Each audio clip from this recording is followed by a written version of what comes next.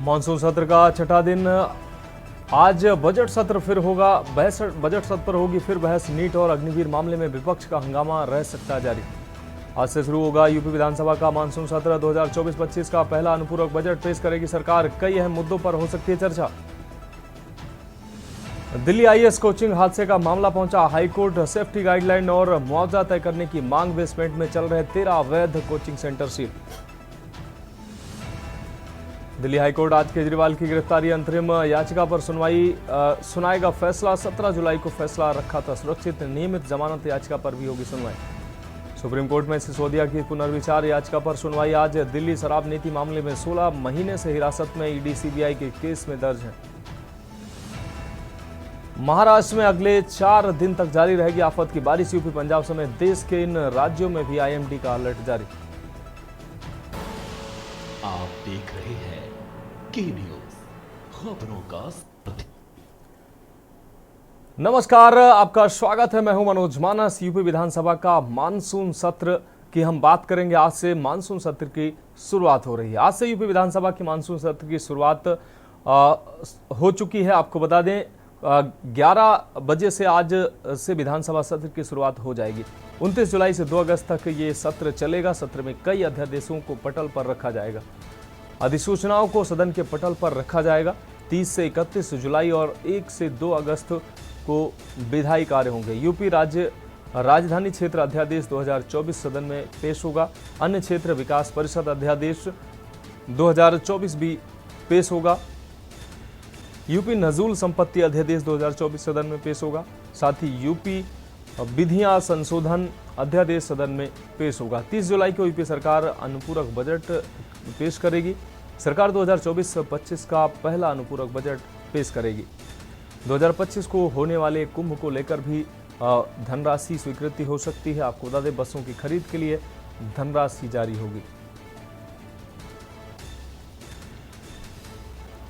तो आज से विधानसभा का मानसून सत्र का शुरुआत आज से होने वाली है। आपको बता दें 29 जुलाई से 2 अगस्त तक मानसून सत्र चलने वाला है। बीजेपी विधानसभा आपको बता दें यूपी विधानसभा में कई अध्यादेश रखे जाएंगे। अनुपूरक बजट भी सरकार पेश करेगी। इस बार जो मानसून सत्र जो है वो काफी हंगामेदार रहने के आसार जताए जा रहे हैं। तो सत्र में कई अध्यादेशों को पटल पर रखा जाएगा। अधिसूचनाओं को सदन के पटल पर रखा जाएगा। 30 से 31 जुलाई और 1 से 2 अगस्त को विधायी कार्य किए जाएंगे। यूपी राज्य राजधानी क्षेत्र अध्यादेश 2024 को भी सदन में पेश किया जाएगा। तो ये अहम खबर आपको हम दिखा रहे हैं।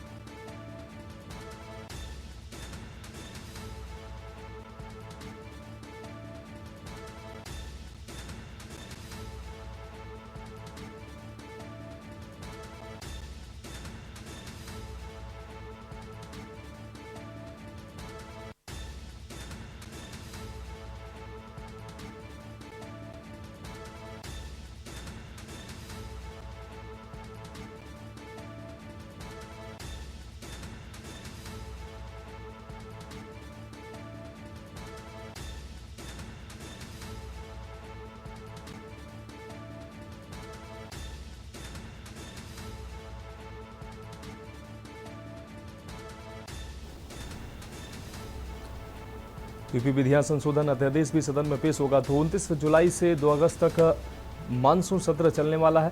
30 जुलाई को यूपी में सरकार अनुपूरक बजट पेश करेगी। सरकार 2024-25 का पहला अनुपूरक बजट पेश करेगी। 2025 को होने वाले कुंभ को लेकर भी धनराशि जारी हो सकती है। तो लखनऊ से इस वक्त की अहम खबर, यूपी विधानसभा के मानसून सत्र का आज से आगाज हो रहा है। आज से 2 अगस्त तक मानसून सत्र चलेगा। सत्र में कई अध्यादेश पटल पर रखे जाएंगे, यह अहम खबर आपको दिखा रहे हैं। अधिसूचनाओं को भी पटल पर रखा जाएगा, आपको बता दें। और कौशलेंद्र उपाध्याय हमारे संवाददाता लाइव हमारे साथ यूपी विधानसभा से जुड़ चुके हैं। यूपी विधानसभा के बाहर से हमारे साथ कौशलेंद्र जुड़े हुए हैं। कौशलेंद्र, आज से मानसून सत्र की शुरुआत हो रही, यूपी विधानसभा के मानसून सत्र की आज से शुरुआत हो रही है। कई अहम अध्यादेश आज पटल पर रखे जाएंगे, आज इस मानसून सत्र में पटल पर रखे जाएंगे और अनुपूरक बजट भी इस सत्र में सदन में पेश किया जाएगा। कितना अहम रहने वाला है ये मानसून सत्र?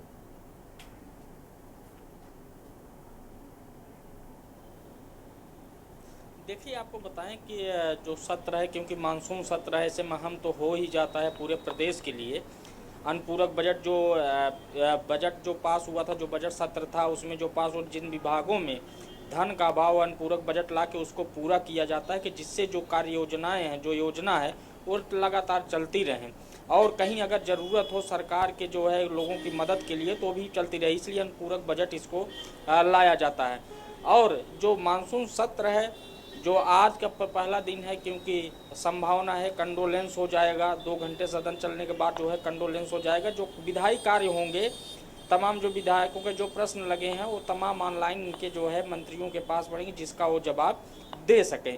तो देखिए, जो कार्यदायी संस्था होती है, जो कार्य करने वाले लोग होते हैं, वो लगातार कहीं न कहीं जो है सरकार को लेकर जो चिंतित रहते हैं। तो उनका जो है एक जो नज़रिया है सरकार का, हालांकि इस समय जिस तरह से सरकार में जो अंदरूनी कलह है और विपक्ष जिस तरह से लोकसभा चुनाव के बाद हाई जोश में है, तो उन सब चीज़ों को देखते हुए कहीं न कहीं विपक्षी खेमा जरूर जो है महंगाई और तमाम जैसे मुद्दे, कानून व्यवस्था को लेकर प्रदर्शन करेगा। वो भी अपनी जो है विधानसभा में अपनी ताकत का एहसास कराएगा कि नहीं, देखिए जो है प्रदेश सरकार की जो है कार्यप्रणाली ठीक क्या है क्या नहीं है, उसको जरूर उजागर करेगा। लेकिन सबसे महत्वपूर्ण बात यह है कि आज जो विधायी कार्य हैं वो रखे जाएंगे, पटल पे रखे जाएंगे। उसके बाद कल अनुपूरक बजट होने के बाद जो है 2 दिन तक उस पर चर्चा की जाएगी। उसके बाद जो है सत्र समाप्त हो जाए, क्योंकि 4 दिन का सत्र रखा गया है और 4 दिन में ये पूरे कार्य करने कई ऐसे अध्यादेश हैं जिनको पारित करवाना है और विधानसभा से पास होकर विधान परिषद में भी जाएगा। विधान परिषद की जब पास होगा तब कहीं जाके वो गजट बनेगा, उसके बाद जो है वो अध्यादेश लागू किए जा सकेंगे। तो ये सब चीज़ों को देखते हुए सरकार एकदम पूरी तरह से तैयारी कर चुकी है। वहीं विपक्ष सरकार को घेरने के लिए भी पूरी तरह से कटिबद्ध हो चुका है। अभी क्योंकि 11 बजे से जब शुरू होगा सत्र, अभी विधानमंडल दल की भारतीय जनता पार्टी ने बैठक बुलाई, सरकार ने बुलाया है। वो अपने विधायकों को जो है दिशा निर्देश देंगे, सबको कार्य सौंपेंगे, कौन क्या जवाब देगा, कब कहाँ किसको बोलना है, पूरी गाइडलाइन जारी होगी। तो ये सब चीज़ देखने के बाद ही आगे की रणनीति तैयार की जाएगी। कौशलेंद्र, महत्वपूर्ण बात यह है कि सरकार कई अध्यादेश सदन पटल पर लाने वाली है, वहीं विपक्ष भी पूरी तैयारी के साथ सदन में पहुंचने वाली है, चाहे सपा हो या कांग्रेस हो। अहम रणनीति के तहत कई जो जन सरोकार से जुड़े मुद्दे हैं, बिजली, पानी, रोजगार, नीट परीक्षा में जो धांधली हुई है, इसको ये तमाम विषय हैं जिसको लेकर विपक्ष जो है वो सदन में पहुंचने वाला है। और ये सदन जो है इस बार का जो मानसून सत्र काफी हंगामेदार और दिलचस्प होने वाला है।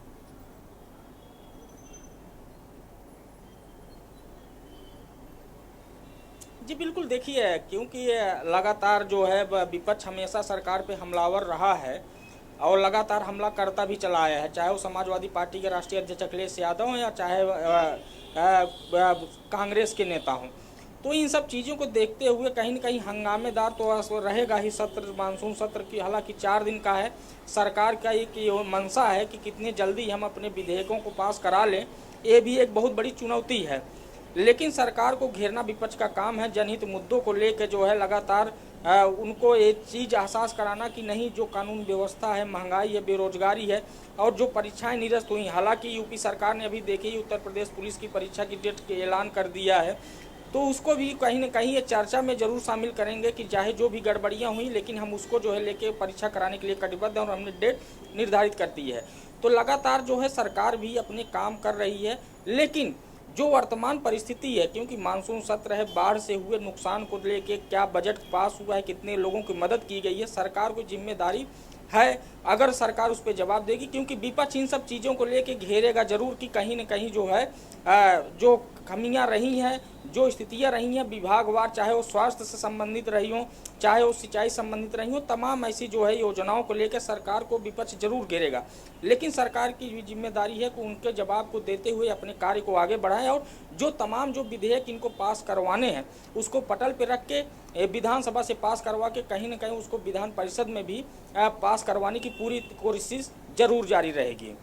निश्चित रूप से कौशलेंद्र, इस खबर पर जानकारी के लिए आपका बहुत शुक्रिया। आप हमारे साथ बने रहिए, आगे भी हम आपसे अपडेट लेंगे। तो आज से मानसून सत्र की शुरुआत होनी है और सरकार जहां पूरी तैयारी के साथ आज सदन में पहुंचने वाली है, वहीं विपक्ष भी पूरी तैयारी के साथ सरकार से दो हाथ करने के लिए तैयार है। 2 अगस्त तक ये मानसून सत्र चलेगा। अनुपूरक बजट भी सरकार इसमें लाएगी और कई अध्यादेशों को भी इसमें लाया जा सकता है। यहां रुकेंगे, एक ब्रेक के लिए, जल्द हाजिर होंगे। आप देख रहे हैं के न्यूज खबरों। ब्रेक के बाद देश की बात में एक बार फिर से आपका स्वागत। अब रुक करते हैं अगली खबर का। लखनऊ से अगली खबर, जहां बीजेपी विधानमंडल दल की आज बैठक होनी है। सुबह 9:30 बजे बीजेपी विधानमंडल दल की बैठक होगी। आज सुबह 9:30 बजे लोक भवन में ये बैठक होगी। सीएम योगी की अध्यक्षता में ये बैठक होगी। तो लखनऊ से अहम खबर आपको दिखा रहे हैं। सीएम योगी की अध्यक्षता में ये विधानमंडल की बैठक होगी। बीजेपी विधानमंडल की बैठक आज होनी है।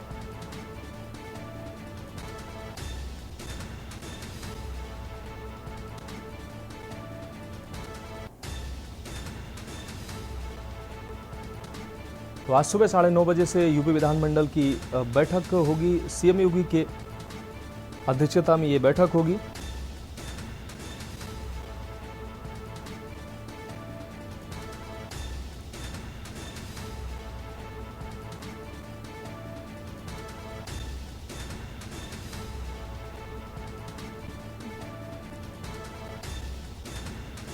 तो यह अहम खबर लखनऊ से आपको दिखा रहे। सीएम योगी की अध्यक्षता में ये बैठक होनी है।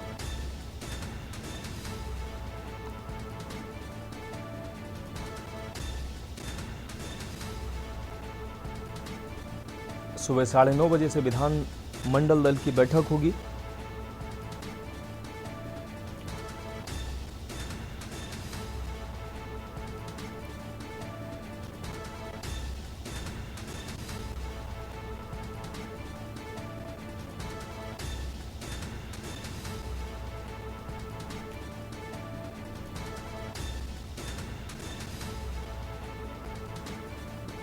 कौशलेंद्र हमारे संवाददाता हमारे साथ लगातार बने हुए हैं। कौशलेंद्र, आज 9:30 बजे से विधानमंडल दल की बैठक होगी। सीएम योगी की अध्यक्षता में ये अहम बैठक होगी। क्या कुछ खास होने वाला है इस अहम बैठक में?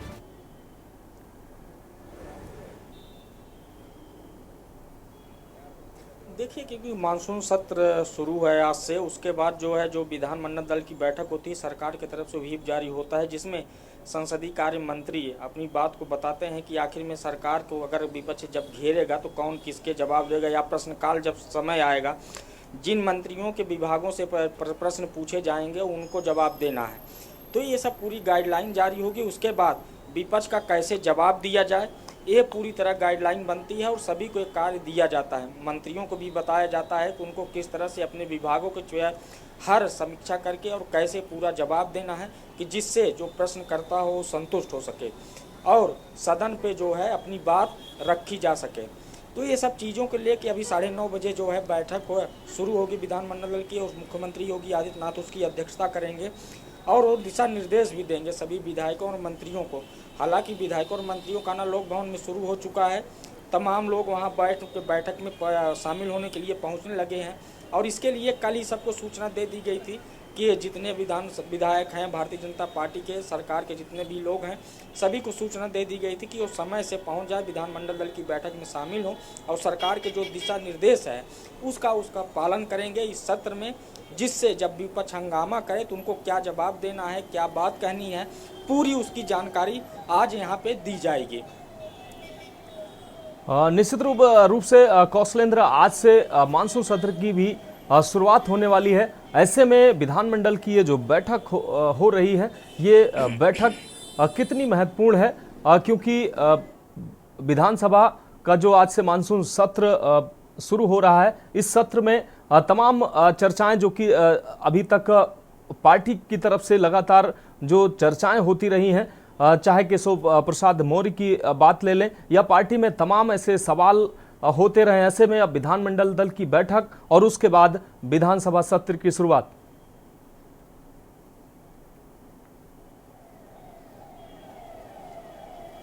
जी बिल्कुल, देखिए विधानमंडल दल की जो बैठक है उसमें दिशा निर्देश दिए जाएंगे सरकार की तरफ से।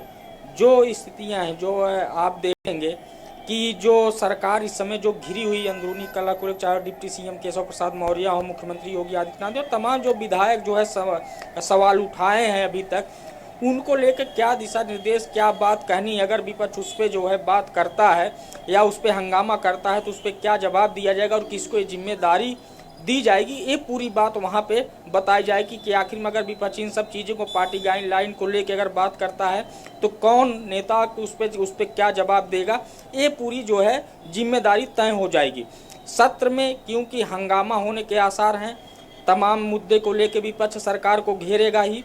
इसके लिए जो अंदरूनी कलह भारतीय जनता पार्टी या सरकार में है उसको भी लेके तमाम जो है दिशा निर्देश दिए जाएंगे। कम से कम लोगों को ये लगे कि नहीं, सरकार सही संग से चल रही है, अंदर कोई कलह नहीं है या संगठन काम अपना कर रहा है। तो इन सब चीज़ों को देखते हुए पूरी गाइडलाइन बनाई गई है और उसी की तहत दिशा निर्देश दिए जाएंगे और सबको जिम्मेदारी दी जाएगी, चाहे वो मंत्री हों, चाहे विधायक हों या जो संसदीय कार्य मंत्री, क्योंकि सुरेश खन्ना का जिम्मेदारी अहम है तो उनको भी ये जिम्मेदारी कहीं न कहीं मिलेगी। मुख्यमंत्री योगी आदित्यनाथ की तरफ से दिशा निर्देश जारी किए जाएंगे। बैठक में जो लोग पहुँचे हैं उनकी भी पूरी जो है बात सुनी जाएगी कि आखिर में अगर वहाँ कोई ऐसी बात होती है कि अगर हाँ जिस विधायक ने सवाल खड़े किए, हो सकता है कि उसको ही जिम्मेदारी मिले कि आप अपनी बात को, अगर सरकार को अगर विपक्ष घेरता है अंदरूनी कलह को लेकर, तो जिन लोगों ने सवाल खड़े किए हैं हो सकता है सदन में उन्हीं को सरकार ये कहे कि अब वही जवाब देंगे। निश्चित रूप से कौशलेंद्र, ये स्ट्रेटजी हो सकती है। तो 11 बजे से विधानमंडल, आपको बता दें विधानसभा सत्र की शुरुआत होगी, उससे पहले 9:30 बजे विधानमंडल दल की अहम बैठक होगी। कौशलेंद्र, इस तमाम जानकारी के लिए आपका बहुत शुक्रिया। तो सीएम योगी की अध्यक्षता में ये 9:30 बजे विधानमंडल दल की बैठक होगी और 11 बजे से विधानसभा सत्र की आज से शुरुआत होगी। अगली खबर की बात करेंगे। दिल्ली से अहम खबर है, जहां आज 11 बजे से शुरू होगी दोनों सदन की कार्रवाई। सदन में बजट पर चर्चा होगी। सदन में सरकार को घेरने के प्रयास विपक्ष करेगा। सदन की कार्रवाई हंगामेदार हो सकती है। तो दिल्ली से इस वक्त की अहम खबर आपको दिखा रहे हैं। सदन में सरकार को घेरने का विपक्ष प्रयास करेगा।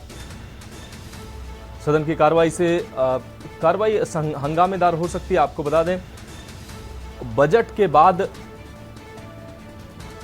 आज 11 बजे से दोनों सदनों की कार्रवाई शुरू होगी और सदन में बजट पर चर्चा शुरू होगी और इस पर सदन काफी हंगामेदार हो सकता है। सदन में सरकार को घेरने का प्रयास करेगा विपक्ष। कई अहम सवाल हैं, जैसा कि बजट पर कई राज्यों की तरफ से आरोप लगाए गए कि उनके राज्य के साथ भेदभाव किया गया और आज जब सदन 11 बजे से दोनों सदन की कार्रवाई शुरू होगी तो निश्चित रूप से ये सवाल सदन के पटल पर रखा जा सकता है विपक्ष की तरफ से और सदन काफी हंगामेदार हो सकता है। तो सदन में सरकार को घेरने का प्रयास किया जा सकता है। विपक्ष की तरफ से यह प्रयास किया जाएगा। सदन की कार्रवाई हंगामेदार हो सकती है। तो दिल्ली से इस वक्त की अहम खबर आपको दिखा रहा है। आज 11 बजे से सदन की कार्रवाई शुरू होगी और दोनों सदनों की कार्रवाई शुरू होगी। सदन में बजट सत्र पर चर्चा होगी।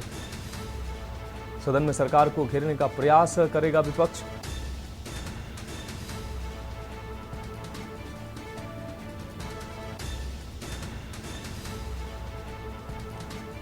तो दिल्ली से अहम खबर, आज 11 बजे से सदन की कार्रवाई शुरू होगी। इस वक्त की अहम खबर, सदन में बजट पर चर्चा शुरू होगी।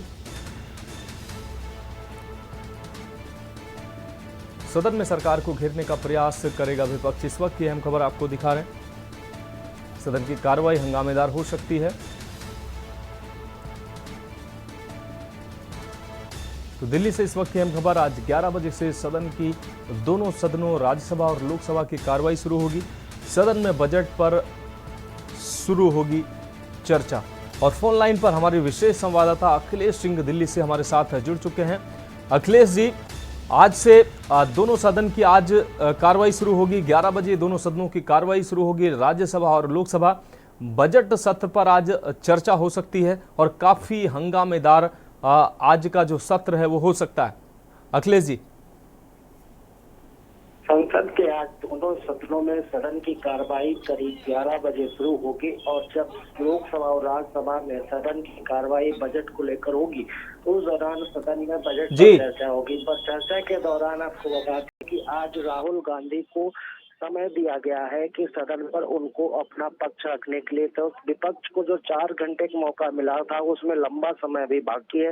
तो ये उम्मीद की जा रही है कि जब राहुल गांधी आज लोकसभा में सदन में पहुंचेंगे तो आज वो विपक्ष की तरफ से अपना बजट के मुद्दे पर जब रखेंगे बयान, तो अब विपक्ष की तरफ से पहले जो हंगामा होता रहा है तो शायद आज सत्ता पक्ष की तरफ से राहुल को बोलने से रोका जाए और उस समय लगातार हंगामा हो सकता है। तो सत्ता पक्ष और विपक्ष की नोकझोंक और इसके साथ ही दोनों तरफ से जोरदार हंगामा देखने को मिल सकता है, क्योंकि जैसा कि पहले ही दिन राहुल गांधी ने सदन में अपने बोलने के दौरान तीखे भाषणों के साथ केंद्र सरकार को घेरने की कोशिश की थी। चाहे वो उसमें उनको बीच में रोकने के लिए प्रधानमंत्री मोदी को खड़ा होना पड़ा था, रक्षा मंत्री राजनाथ सिंह को भी खड़ा होना पड़ा था, यहाँ तक कि केंद्रीय गृह मंत्री अमित शाह भी उनको रोकने के लिए खड़े हुए थे। लेकिन राहुल गांधी डटे रहे और अपना भाषण। तो इन तमाम चीजों के मध्य में जब देखा जाए आज राहुल गांधी को जब सदन में बोलने का मौका मिलेगा तो उस दौरान राहुल गांधी का भाषण के दौरान सदन में जोरदार हंगामा देखने को मिल सकता है। जानकारी के लिए आपका बहुत बहुत शुक्रिया। तो आज से लोकसभा और राज्यसभा दोनों सदनों की कार्रवाई आज शुरू होगी। आपको बता दें, छठवां दिन है इस सत्र का। सदन में सरकार को घेरने का प्रयास विपक्ष करेगा। बजट सत्र पर चर्चा हो सकती है और हंगामेदार काफी आज सदन होने की आशंका जताई जा रही है। तो यह अहम खबर दिल्ली से आपको दिखा रहा है। आज 11 बजे से सदन की कार्रवाई शुरू होगी। इस वक्त की अहम खबर।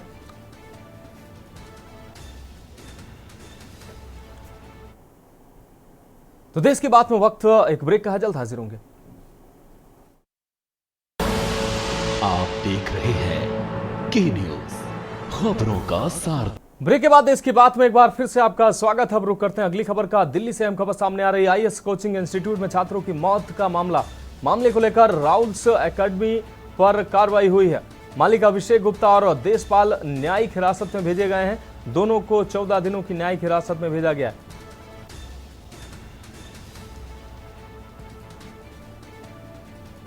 तो दोनों को 14 दिनों की न्यायिक हिरासत में भेजा गया है। तो दिल्ली से अहम खबर। आईएएस कोचिंग इंस्टीट्यूट में छात्रों की मौत का मामले को लेकर राव एकेडमी पर कार्रवाई हुई है। मालिक अभिषेक गुप्ता और देशपाल न्यायिक हिरासत में भेजे गए हैं। दोनों को 14 दिनों की न्यायिक हिरासत में भेजा गया। इस वक्त की अहम खबर आपको दिखा रहे हैं। तो दिल्ली से इस वक्त की अहम खबर। आईएएस कोचिंग इंस्टीट्यूट में छात्रों की मौत का यह मामले को लेकर राउस एकेडमी पर कार्रवाई हुई है। मालिक अभिषेक गुप्ता और देशपाल न्यायिक हिरासत में भेजे गए। यह अहम खबर आपको दिखा रहा है। दोनों को 14 दिनों की न्यायिक हिरासत में भेजा गया है। तो दिल्ली से इस वक्त की अहम खबर। आईएएस कोचिंग इंस्टीट्यूट में छात्रों की मौत का मामला, यह अहम खबर दिल्ली से आपको दिखा रहे हैं। मामले को लेकर राव एकेडमी पर कार्रवाई हुई है। राव एकेडमी के मालिक अभिषेक गुप्ता और देशपाल न्यायिक हिरासत में भेजे गए हैं। दोनों को 14 दिनों की न्यायिक हिरासत में भेजा गया। इस वक्त यह अहम खबर आपको दिखा रहे हैं। तो आईएएस कोचिंग इंस्टीट्यूट में छात्रों की मौत का यह अहम मामला, मामले को लेकर राव एकेडमी पर कार्रवाई हुई है। इस वक्त की अहम खबर आपको दिखा रहे हैं।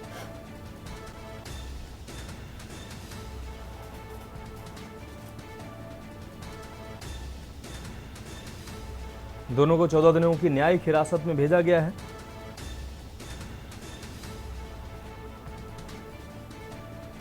तो दिल्ली से इस वक्त की अहम खबर, आईएएस कोचिंग हादसे का यह मामले को लेकर राव एकेडमी पर कार्रवाई हुई है। आपको बता दें मालिक अभिषेक गुप्ता और देशपाल न्यायिक हिरासत में भेजे गए। इस वक्त की अहम खबर आपको दिखा रहे हैं। 14 दिनों की न्यायिक हिरासत में दोनों को भेजा गया है। अखिलेश सिंह हमारे विशेष संवाददाता आपको बता दें दिल्ली से हमारे साथ फोन लाइन पर जुड़ चुके हैं। अखिलेश जी, राव एकेडमी पर अब कार्रवाई हुई है। मालिक अभिषेक गुप्ता के साथ दो लोगों पर देशपाल और अभिषेक गुप्ता को न्यायिक हिरासत में भेजा गया है और 14 दिनों की न्यायिक हिरासत इनको दी गई है। बिल्कुल राव आईएएस कोचिंग में छात्रों की मौत के हादसे के मामले में लगातार प्रशासन और छात्रों को धरना प्रदर्शन से दबाव बना हुआ था। इसके बाद देर शाम पुलिस ने कोचिंग के संचालक, बिल्डिंग मालिक और उसके बाद ही कोचिंग के मैनेजर को गिरफ्तार किया था। गिरफ्तार करने के बाद उनको देर रात कोर्ट में पेश किया गया था और वहां से उनको राउज कोर्ट ने जो डिस्ट्रिक्ट कोर्ट है दिल्ली की, उसने उनको 14 दिन की न्यायिक हिरासत में भेज दिया था, क्योंकि छात्रों की तरफ से लगातार मांग की जा रही थी कि छात्र के संचालक को छोड़ दिया गया है। संचालक छात्र कोचिंग के जो मालिक है राउज के, उनको गिरफ्तार नहीं किया गया। इसके साथ ही साथ जो बिल्डिंग है जिन्होंने बेसमेंट बना के किराए पर दिया है, उनको भी गिरफ्तार नहीं किया गया था। तो प्रशासन पर लगातार और पुलिस पर इस चीज का लगातार दबाव बना हुआ था, क्योंकि जो एफआईआर की गई थी, एफआईआर में 3 बच्चों की जो मौत हुई थी उसके लिए जिम्मेदार इन तीनों लोगों को ठहराया गया था। तो लगातार छात्रों के धरना प्रदर्शन, विरोध और नारेबाजी के बाद तो आखिरकार पुलिस को कार्रवाई करनी पड़ेगी। 14 दिन की न्यायिक हिरासत में गया।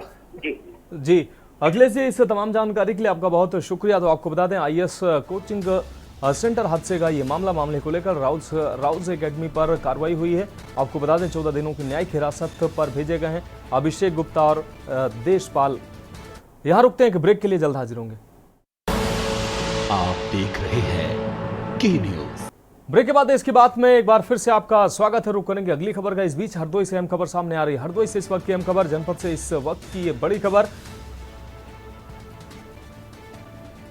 आपको बता दें बिजली विभाग की लापरवाही सामने आई है। हरदोई से इस वक्त की बड़ी खबर आपको दिखा रहे हैं। बिजली विभाग की बड़ी लापरवाही सामने आई है। बिजली के खुले तार की चपेट में आए हैं कांवड़िए। हरदोई से इस वक्त की बड़ी और दुखद खबर सामने आई है। करंट की चपेट में आने से 8 कांवड़िए झुलसे हैं।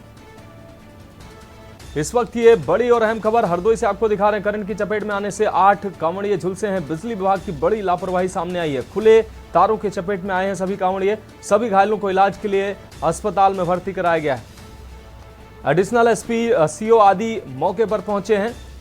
ये बड़ी खबर सामने आई है हरदोई से। आपको बता दें कछौना कोतवाली इलाके के खजोहना तिराहे का यह पूरा मामला है।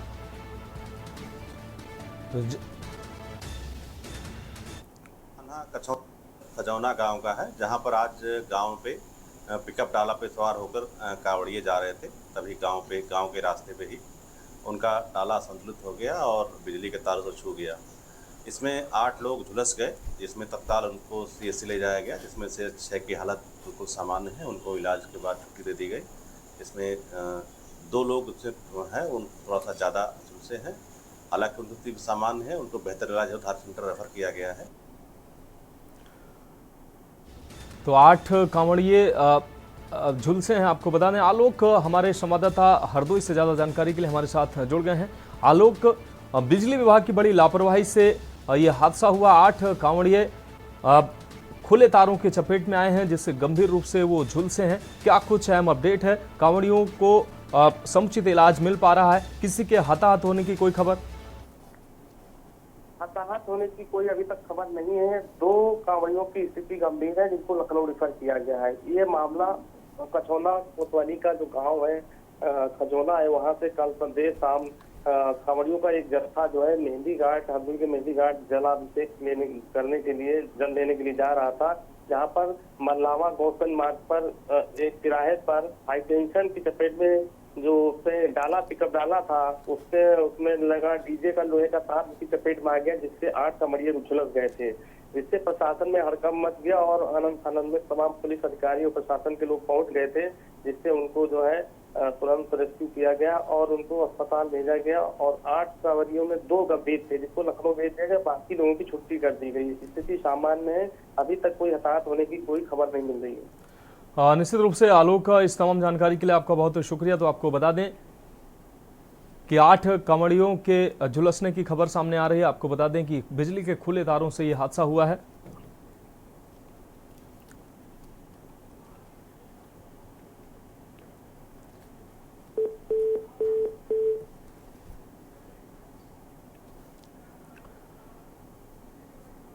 और इस बीच दिल्ली से एक और बड़ी खबर सामने आ रही है। दिल्ली से इस वक्त की बड़ी खबर आपको बता दें, old Rajendra Nagar coaching centre का यह मामला। दिल्ली से इस वक्त की बड़ी खबर,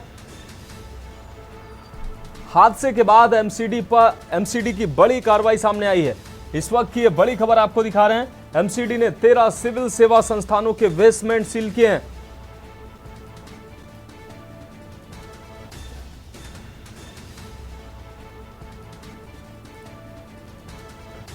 तो old Rajendra Nagar coaching centre का यह पूरा मामला है। आपको बता दें, इस वक्त की यह बड़ी खबर दिल्ली से आपको दिखा रहे हैं। हादसे के बाद एमसीडी की बड़ी कार्रवाई सामने आई है। आपको बता दें, एमसीडी ने 13 सिविल सेवा संस्थानों के बेसमेंट सील किए हैं। आप विधायक दुर्गेश पाठक ने कार्रवाई की जानकारी दी है। तो old Rajendra Nagar coaching centre का मामला आपको बता दें, हादसे के बाद अब लगातार कार्रवाइयों का दौर जारी है। हादसे के बाद एमसीडी की बड़ी कार्रवाई देखने को मिली है। आपको बता दें, 13 कोचिंग सेंटरों के जो बेसमेंट है उनको सील किया गया है। तो आप विधायक दुर्गेश पाठक ने यह जानकारी दी है।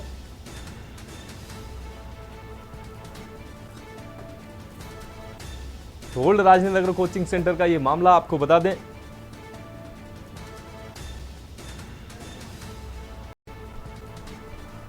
तो एमसीडी ने 13 सिविल सेवा संस्थानों के बेसमेंट सील किए हैं। इस वक्त की यह बड़ी खबर दिल्ली से आपको दिखा रहे हैं। आप विधायक दुर्गेश पाठक ने यह कार्रवाई की जानकारी दी है। तो old Rajendra Nagar coaching centre का यह मामला दिल्ली से इस वक्त की बड़ी खबर। अब कार्रवाइयों का दौर जारी है। एमसीडी ने बड़ी कार्रवाई की। हादसे के बाद एमसीडी की बड़ी कार्रवाई देखने को मिली है। आपको बता दें, एमसीडी ने 13 सिविल सेवा संस्थानों के बेसमेंट सील किए हैं। आप विधायक दुर्गेश पाठक ने इस कार्रवाई की जानकारी दी है। तो दिल्ली से इस वक्त की अहम खबर, old Rajendra Nagar coaching centre का यह पूरा मामला है। अब रुक करेंगे अगली खबर का। राव आईएएस कोचिंग सेंटर का मामला। कोचिंग सेंटर के सामने छात्रों ने निकाला है कैंडल मार्च। मामले में आप विधायक दुर्गेश पाठक को नोटिस जारी किया गया है। राष्ट्रीय महिला आयोग ने आप विधायक को नोटिस जारी किया है। दिल्ली पुलिस एमसीडी के अधिकारियों से पूछताछ करेगी। तो इस वक्त की ये अहम खबर आपको बता दें, राष्ट्रीय महिला आयोग ने आप विधायक को नोटिस भेजा है। आपको बता दें, ओल्ड राजेंद्र नगर में कोचिंग सेंटर में हादसे के बाद अब छात्रों के द्वारा कैंडल मार्च निकाला गया है। आपको बता दें, इस मामले में विधायक दुर्गेश पाठक को नोटिस जारी किया गया। महिला आयोग ने, राष्ट्रीय महिला आयोग ने यह नोटिस जारी किया है। अब रुक करेंगे अगली खबर का। दिल्ली से अगली खबर, जहां मनीष सिसोदिया की याचिका पर सुनवाई आज होनी है। दिल्ली शराब घोटाले में आज कोर्ट सुनवाई करेगा। सुप्रीम कोर्ट में आज सुनवाई होनी है। सिसोदिया की जमानत याचिका पर सुप्रीम कोर्ट में आज सुनवाई होगी। मनीष सिसोदिया की याचिका पर आज सुनवाई होनी है। तो सिसोदिया की जमानत याचिका पर आज सुप्रीम कोर्ट में सुनवाई होनी है। यह अहम खबर आपको दिल्ली से दिखा रहे हैं। मनीष सिसोदिया की याचिका पर आज सुनवाई होनी है। मनीष सिसोदिया की याचिका पर आज सुनवाई होनी है। दिल्ली से इस वक्त की बड़ी और अहम खबर, शराब घोटाले में कोर्ट आज सुनवाई करेगा।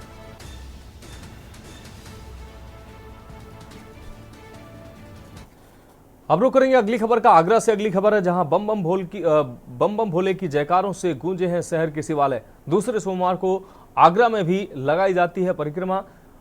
4 शिवालयों में होते हुए 22 किलोमीटर की यह परिक्रमा होती है। कैलाश महादेव, बल्केश्वर महादेव, राजेश्वर महादेव, रावली महादेव मंदिर परिक्रमा मार्ग में शामिल है। लाखों भक्त शिवालयों की परिक्रमा करते हैं। आगरा के 4 दिशाओं में विराजमान है ये चारों शिवालय। रविवार से सोमवार तक ये परिक्रमा लगाई जाती है। लाखों की संख्या में भक्त इस परिक्रमा में शामिल हुए हैं। पुलिस प्रशासन द्वारा सुरक्षा व्यवस्था के कड़े इंतजाम किए गए हैं। जगह जगह भंडारों का भी आयोजन किया गया है। परिक्रमा के चलते पुलिस प्रशासन ने रूट डाइवर्ट किया है। भोले बाबा की भक्ति में ताज नगरी आगरा डूबी नजर आ रही है।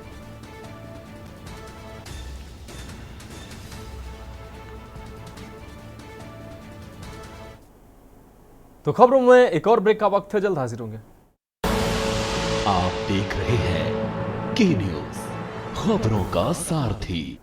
ब्रेक के बाद एक बार फिर से देश की बात में आपका स्वागत है। अब रुक करते हैं अगली खबर का। हमीरपुर कानपुर सागर नेशनल हाईवे के सदर कोतवाली के कुछेछा में ईंट लदे ट्रैक्टर की पिकअप से भिड़ंत हो जाने से मामा भांजा सहित 3 लोग गंभीर रूप से घायल हो गए। आपको बता दें, जिन्हें प्राथमिक उपचार के बाद कानपुर रेफर कर दिया गया।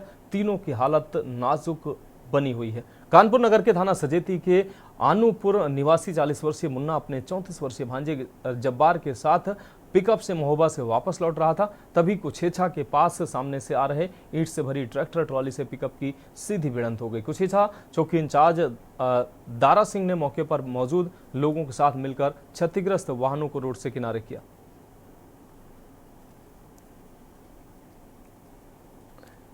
जिसमें से 3 मरीज गंभीर रूप से घायल हुए हैं। 2 लोगों की ज्ञात हो गई है जानकारी, पर एक अभी अननोन है। इसमें से एक जब्बार सन ऑफ इमामी, ये चंदौकी का रहने वाला है, 33 ईयर्स एज है। इसकी कंडीशन सीरियस है, इसको हम लोग कानपुर रेफर करने के लिए सोच रहे हैं। And Munna son of Abdul, जिसकी उम्र 45 साल है, ये भी हालत गंभीर है और एक की अभी शनाख्त नहीं हो पाई है। बाकी की जानकारी आपको मिल गई। कैसी हालत है इन तीनों की? इनकी हालत गंभीर है और सर में ज़्यादा चोटें आई हैं। अब इनका प्राइमरी उपचार चल रहा है। उसके बाद जैसे ही इनकी स्थिति बनती है हम लोग आगे बताएंगे।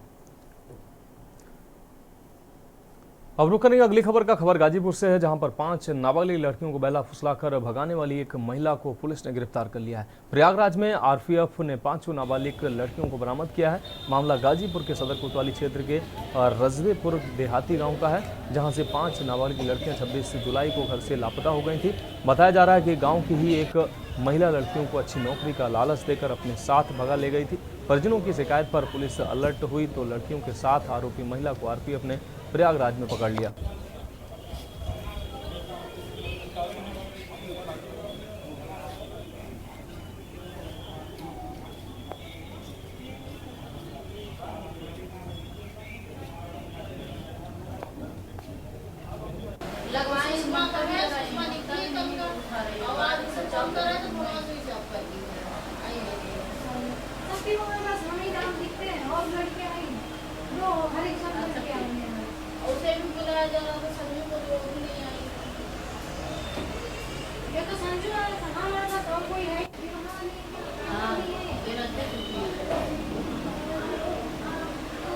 देखिए, 26 तारीख को कोतवाली में सूचना मिली कि एक महिला, शादीशुदा महिला है, जो अपने पड़ोस की 5 बच्चियों को भाला फुसलाकर यहाँ से ले गई है।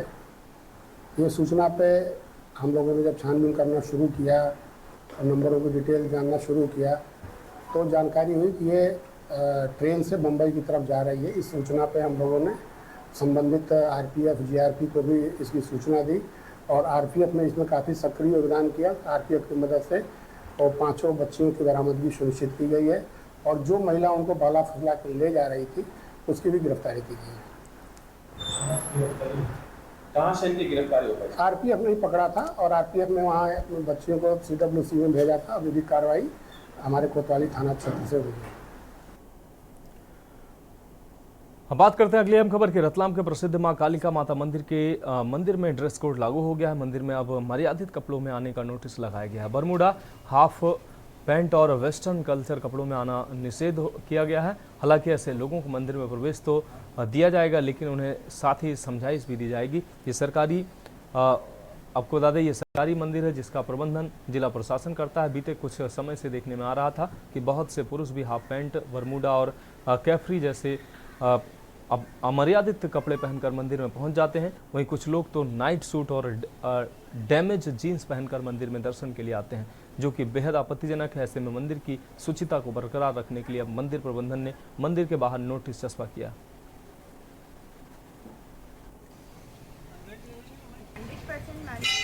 अपनी मर्यादित वेशभूषा में आना चाहिए, अपने कल्चर को अपन रिप्रेजेंट करते हैं और अपनी संस्कृति दिखनी चाहिए। हम देवी के मंदिर में आ रहे हैं तो हमारे अपने सही मान के आपने लगाया है।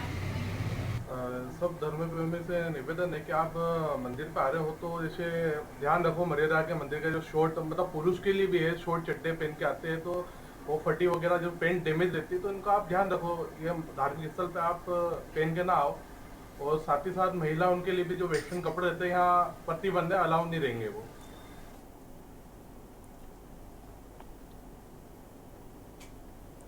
रुक करेंगे अगली खबर का। रतलाम में विश्व हिंदू परिषद ने एक चर्च में हंगामा कर दिया। उनका आरोप है कि यहां पर बीमारी ठीक करने के नाम पर आदिवासियों का धर्मांतरण किया जा रहा है। यह प्रार्थना सभा में 200 से ज़्यादा आदिवासी जुटे थे। विहिप की चर्चा के बाद पदाधिकारियों से झड़प भी हुई। मामला डीडी नगर थाने के लाखिया गांव का। हंगामे की सूचना मिलने के बाद पुलिस मौके पर पहुंची। यहां प्रार्थना करा रहे एक व्यक्ति को हिरासत में लेकर थाना लेकर आई। मौके से ईसाई धर्म से जुड़ा साहित्य भी जब्त किया गया। जैसे डॉक्टर से अगर सही नहीं हुआ, जैसे वो देवी देवता रतलाम दीनदयाल नगर थाना अंतर्गत आमलेपाड़ा करके गांव है। गांव के पटरी पार समीप एक खेत के अंदर शायद तथाकथित रूप से काफ़ी समय से एक चर्च बना रखा है, जहां पर आज जैसे सूचना प्राप्त हुई संगठन द्वारा तो वहां पर हमने जब गए और वहां हमने जब जाकर देखा तो लगभग 200 से 300 आदिवासी महिलाएं और पुरुष लगभग वहां पर प्रार्थना सभा में बैठे थे। और वहाँ पर लगभग इस प्रकार के सेवा के नाम पर और उनके उपचार का नाम पर ऐसे लोगों को भी बिठा रखा था जिनको ईसाईयत के नाम पर धर्मांतरित किया जा रहा था। जब जाकर प्रशासनिक सहायता के रूप में हमने वहाँ पर जाके जब वहाँ चर्च में भी जाकर।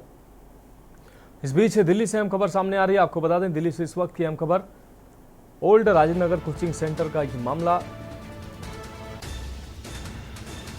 हादसे के बाद एमसीडी की बड़ी कार्रवाई सामने आई है।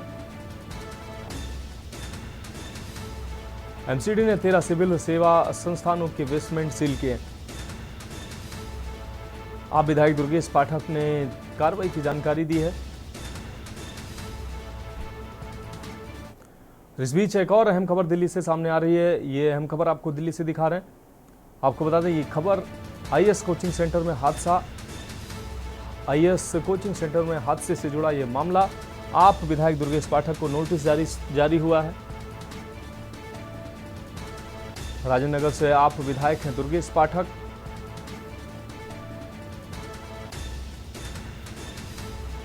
राष्ट्रीय महिला आयोग ने नोटिस जारी किया। तो देश की बात में फिलहाल अभी के लिए मेरे साथ इतना ही। मुझे दीजिए इजाजत और आप देखते रहिए की न्यूज इंडिया। आप देख रहे हैं की न्यूज, खबरों का सारथी।